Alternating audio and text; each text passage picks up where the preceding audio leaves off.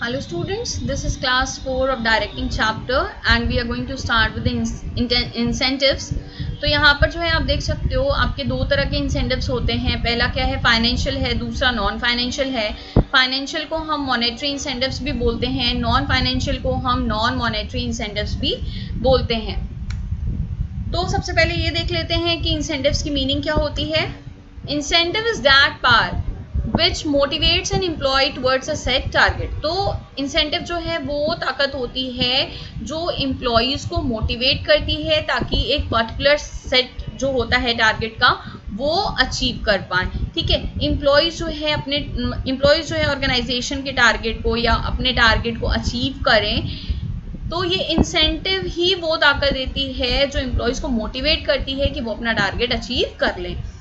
यहाँ पर जो है हम देख सकते हैं incentive can be defined as monetary और non monetary reward offer to the employees for contributing more efficiently. तो इंसेंटिव जो है एक तरीके का अवार्ड होता है, वो मॉनेटरी भी हो सकता है, नॉन मॉनेटरी भी हो सकता है, जो हम एम्प्लॉयज को ऑफर करते हैं ताकि वो और अच्छे से कंट्रीब्यूट कर सकें और एफिशिएंटली और इफेक्टिवली काम कर सकें. इंसेंटिव जो है कोई भी एक्स्ट्रा पेमेंट हो सकती है या फिर जो हम रेगुलर सैलरी या वेज जो हम प्रोवाइड कर रहे हैं उससे अगर कुछ एक्स्ट्रा अगर हम पेमेंट कर रहे हैं अगर अपने एम्प्लॉयज़ को, वो इंसेंटिव होता है. ये जो है एक अच्छा स्टिमुलेटर या फिर मोटिवेटर माना जाता है ताकि जो है एम्प्लॉयज़ मोटिवेटेड फील कर सकें. दो तरह के इंसेंटिव्स होते हैं हमारे, फाइनेंशियल या फिर नॉन फाइनेंशियल आप बोल सकते हो. तो ये दोनों जो है मैंने टैबुलर फॉर्म में कवर किया है, तो आप इजीली जो है इस टेबल के थ्रू आप ये दोनों इंसेंटिव्स समझ सकते हो. तो फाइनेंशियल इंसेंटिव्स क्या होते हैं, ये वो रिवॉर्ड होते हैं जिनको हम मनी के टर्म्स में कैलकुलेट कर सकते हैं. मीन्स द रिवॉर्ड और incentive which can be calculated in terms of money. और दूसरा होता है नॉन फाइनेंशियल इंसेंटिव्स. तो ये वो रिवॉर्ड या इंसेंटिव्स होते हैं जिसको हम मनी के फॉर्म में, पैसों के फॉर्म में कैलकुलेट नहीं कर सकते. ये नॉन फाइनेंशियल है, मतलब कि जिसको हम पैसे के फॉर्म में कन्वर्ट नहीं कर सकते हैं. जो आपके फाइनेंशियल इंसेंटिव्स होते हैं ये लोअर लेवल एम्प्लॉयज़ के लिए ज़्यादा पावरफुल होते हैं. जिनके पास पैसे कम हैं, जो पैसे कमाना चाहते हैं, उनके लिए जो है ये ज़्यादा पावरफुल होते हैं. एंड जो हायर लेवल एम्प्लॉयज़ हैं उनके लिए जो है नॉन मॉनेटरी या फिर नॉन फाइनेंशियल इंसेंटिव्स ये ज़्यादा पावरफुल होते हैं. जो आपकी लोअर लेवल नीड्स होती हैं लाइक फिजियोलॉजिकल नीड्स है, सेफ्टी एंड सिक्योरिटी नीड्स है, ये जो है आपके फाइनेंशियल इंसेंटिव्स के थ्रू फुलफिल होते हैं. एंड जो आपकी अदर नीड्स हैं, जो हायर लेवल नीड्स जिनको हम बोलते हैं like social esteem and self actualisation, ये आपकी हायर लेवल नीड्स होती हैं एंड ये जो है आपकी नॉन मॉनेटरी इंसेंटिव्स के थ्रू फुलफिल होती हैं. जो फाइनेंशियल इंसेंटिव्स हैं ये विजिबल होते हैं क्योंकि हम इनको मनी के टर्म्स में मेजर कर सकते हैं. एंड जो नॉन फाइनेंशियल है उसको हम देख नहीं सकते, वो उनको हम मनी के टर्म्स में मेजर नहीं कर सकते, ये इनविजिबल होते हैं. अब यहाँ पर कुछ एग्जांपल्स आप देख लो जो फाइनेंशियल इंसेंटिव्स हैं लाइक पे एंड अलाउंसेस, प्रॉफिट शेयरिंग, को पार्टनरशिप, बोनस, कमीशन. तो यहाँ पर अगर आप देखोगे तो ये सारे टर्म्स जो हैं कहीं ना कहीं पैसे से जुड़े हुए हैं, तो ये सारे आपके फाइनेंशियल इंसेंटिव्स हैं. और दूसरे जो है status, organisational climate, job security, ये सारे आपके नॉन मॉनेटरी या फिर नॉन फाइनेंशियल इंसेंटिव्स होते हैं जो पैसे से जुड़े हुए नहीं हैं. अब जो है इनको हम डिस्कस कर लेते हैं ब्रीफ में. आपको जो है इसका मतलब पता होना चाहिए क्योंकि केस स्टडी में जो है आपको रिकॉग्नाइज करने के लिए बोल देता है कि ये कौन सा फाइनेंशियल इंसेंटिव है या फिर ये कौन सा नॉन फाइनेंशियल इंसेंटिव है. तो ये टाइप्स हम देख लेते हैं फाइनेंशियल इंसेंटिव्स के एग्जांपल्स. पहला है पे एंड अलाउंसेस. तो जो आपको टोटल पेमेंट मिलती है सैलरी के रूप में वो आपका क्या है, पे एंड अलाउंसेस इसमें आ जाते हैं. लाइक कुछ आपकी सैलरी में कुछ बेसिक पे इंक्लूडेड होते हैं, कुछ डियरनेस अलाउंस मीन्स महंगाई भत्ता. ठीक है, ये सारे चीज़ें आपके पे एंड अलाउंसेस का पार्ट होते हैं, ये फाइनेंशियल इंसेंटिव्स होते हैं. दूसरा है प्रॉफिट शेयरिंग. तो सीधी सी बात यहाँ पर प्रॉफिट शेयरिंग में आप ये समझ लो कि एम्प्लॉय जो है अपना कंट्रीब्यूशन देते हैं ऑर्गेनाइजेशन को कि ऑर्गेनाइजेशन जो है मैक्सिमम प्रॉफिट अर्न कर सके. तो अब जो है प्रॉफिट अगर ऑर्गेनाइजेशन अर्न कर रहा है तो ऑर्गेनाइजेशन का भी ये फ़र्ज़ बनता है, जो एम्प्लॉयर्स हैं उनका भी ये फ़र्ज़ बनता है कि वो कुछ जो है प्रॉफिट अपने एम्प्लॉयज़ के साथ शेयर करें. तो इसी कॉन्सेप्ट को, जो सरप्लस प्रॉफिट होता है उसमें से कुछ प्रॉफिट जो है वो अपने एम्प्लॉयज के साथ शेयर करें, इसी कॉन्सेप्ट को हम बोलते हैं प्रॉफिट शेयरिंग। नेक्स्ट है को पार्टनरशिप या फिर स्टॉक ऑप्शन। ये बहुत ही इंपॉर्टेंट पॉइंट है। अब जो है एम्प्लॉयज़ को कुछ शेयर्स इशू कर दिया जाता है एक फिक्स्ड प्राइस पे कि अगर जो है आप इतना टारगेट जो है अचीव कर लोगे तो आपको जो है मार्केट प्राइस से कम में हम शेयर्स ऑफर करेंगे। यहाँ पर इसको को पार्टनरशिप इसलिए बोला गया है क्योंकि अगर आप शेयर्स खरीदते हो तो शेयर्स अगर आप खरीद रहे हो तो यहाँ पर जो है आपको एक तरीके से ओनरशिप मिलती है, ठीक है। जो शेयर होल्डर्स होते हैं they are known as the owners of the company. तो यहाँ पर अगर आपको शेयर्स मिलेगा तो आपको ओनरशिप में भी तो कुछ ना कुछ हिस्सा मिलेगा, कुछ ना कुछ परसेंटेज मिलेगा। तो सीधी सी बात यहीं पर है, यहाँ पर ये कही जा रही है कि आपको जो है कुछ शेयर्स इशू किए जाएंगे जो मार्केट प्राइस से कम दाम में आपको दिए जाएंगे एंड उस पर जो है आप रेगुलर डिविडेंड भी अर्न कर सकते हो। नेक्स्ट है बोनस। तो बोनस क्या है, एक वन टाइम एक्स्ट्रा रिवॉर्ड होता है, कुछ फेस्टिवल्स पे दे देते हैं फेस्टिवल बोनस, या कुछ फ्री ट्रिप्स आपकी फॉरेन कंट्रीज में अरेंज कर दी, कुछ पेड वेकेशंस। तो इस तरह के कुछ बोनस होते हैं जो एम्प्लॉयर जो है अपने एम्प्लॉय को ऑफर करते हैं। नेक्स्ट है कमीशन। तो जनरली जो है जो आपका टारगेट वर्क होता है, अगर आप जो है उतना टारगेट अचीव करके उससे ज़्यादा वर्क कर रहे हो तो जितना भी आप एक्स्ट्रा काम करते हो उस पर जो है आपको कमीशन मिलता है। तो यहाँ पर ये कमीशन टर्म जनरली सेल्समैन से रिलेटेड है कि जितना आपको सेल्स करना है, अगर आप उससे ज़्यादा सेल्स कर दे रहे हो, ठीक है, तो उस पर जो है आपको कमीशन मिलेगा।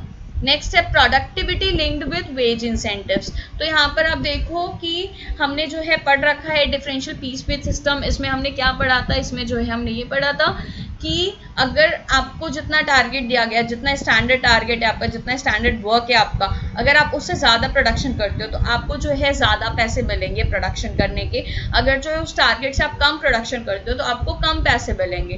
तो यहाँ पर यही चीज़ है productivity linked with wage incentives कि अगर आप ज़्यादा प्रोडक्शन करोगे तो आप ज़्यादा कमा सकते हो। Next is retirement benefits. तो जब आप रिटायर होगे तो कुछ आपको पेंशन, प्रोविडेंट फंड, ग्रेचुइटी, इन सब की बेनिफिट्स, इन सब के जो है फायदे मिलेंगे।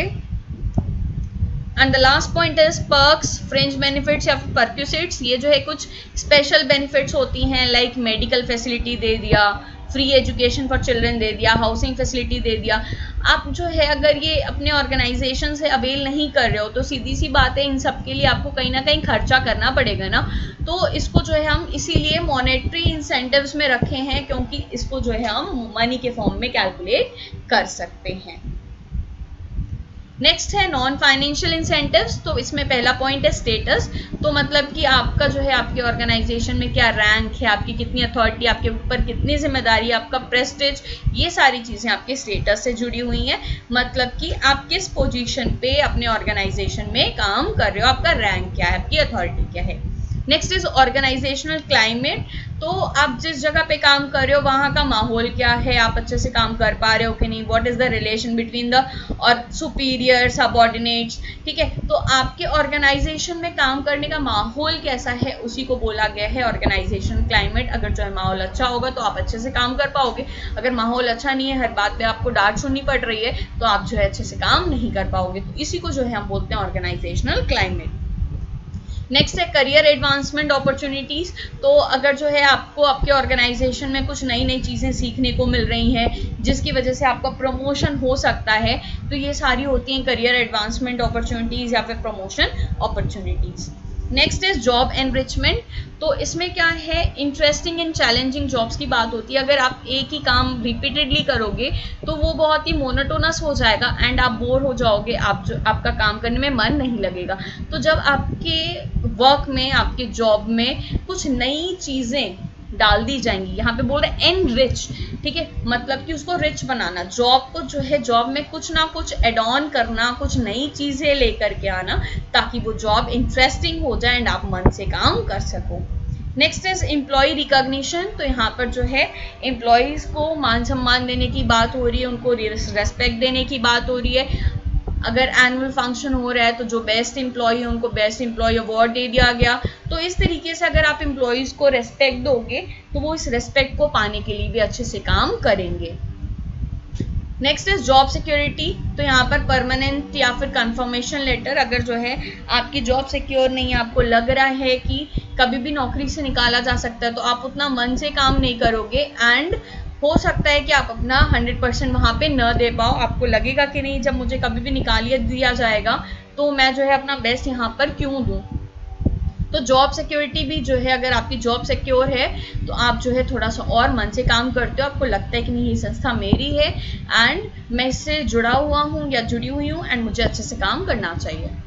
Next is employees participation. अगर जो है हम एम्प्लॉयज़ को बोलने ही नहीं दे रहे हैं, सिर्फ वन वे कम्युनिकेशन हो जा रहा है, सिर्फ हम जो बोल रहे हैं वो एम्प्लॉयज़ सुन रहे हैं, वैसे ही काम कर रहे हैं, अपना कुछ भी सजेशन नहीं दे पा रहे हैं, वो फील फ्री नहीं कर रहे हैं, किसी भी चीज़ में पार्टिसिपेट उनको नहीं करने दिया जा रहा है, उनका डिसीजन मतलब कि डिसीजन मेकिंग में उनका सपोर्ट या फिर उनका सजेशन नहीं लिया जा रहा है, तो वहाँ पर जो है एम्प्लॉयज़ थोड़ा सा डीमोटिवेटेड हो जाते हैं। तो एम्प्लॉयज़ को मोटिवेट करने के लिए बहुत ज़रूरी है कि एम्प्लॉयज़ का आप पार्टिसिपेशन करवाओ, उनका भी इन्वॉल्वमेंट करवाओ। नेक्स्ट इज ऑटोनॉमी या फिर एम्प्लॉय एम्पावरमेंट। तो जितना टास्क एम्प्लॉयज़ का है एटलीस्ट आप उतना काम करने के लिए उनको फ्रीडम दो। अगर आप फ्रीडम नहीं दोगे, हर बात पे रोकोगे टोकोगे, तो वो जो है इरिटेट होने लगेंगे, क्योंकि हर बात पे अगर आप रोकोगे तो फिर वो जो है अपनी बुद्धि एकदम लगाना बंद कर देंगे, वो जो है सिर्फ आपके हिसाब से चलना शुरू कर देंगे एंड वर्क जो है उतना अच्छे से नहीं हो पाएगा एंड वो बिना मन के काम करना शुरू कर देंगे। तो यहाँ पर फ्रीडम या फिर थोड़ा सा ऑटोनॉमी या एम्प्लॉय एम्पावरमेंट बहुत ही ज़रूरी होता है। Thanks for watching the video. If you have any doubt regarding any point, you may mention in the comment section. Keep studying, keep rocking. Have a good day. Bye bye.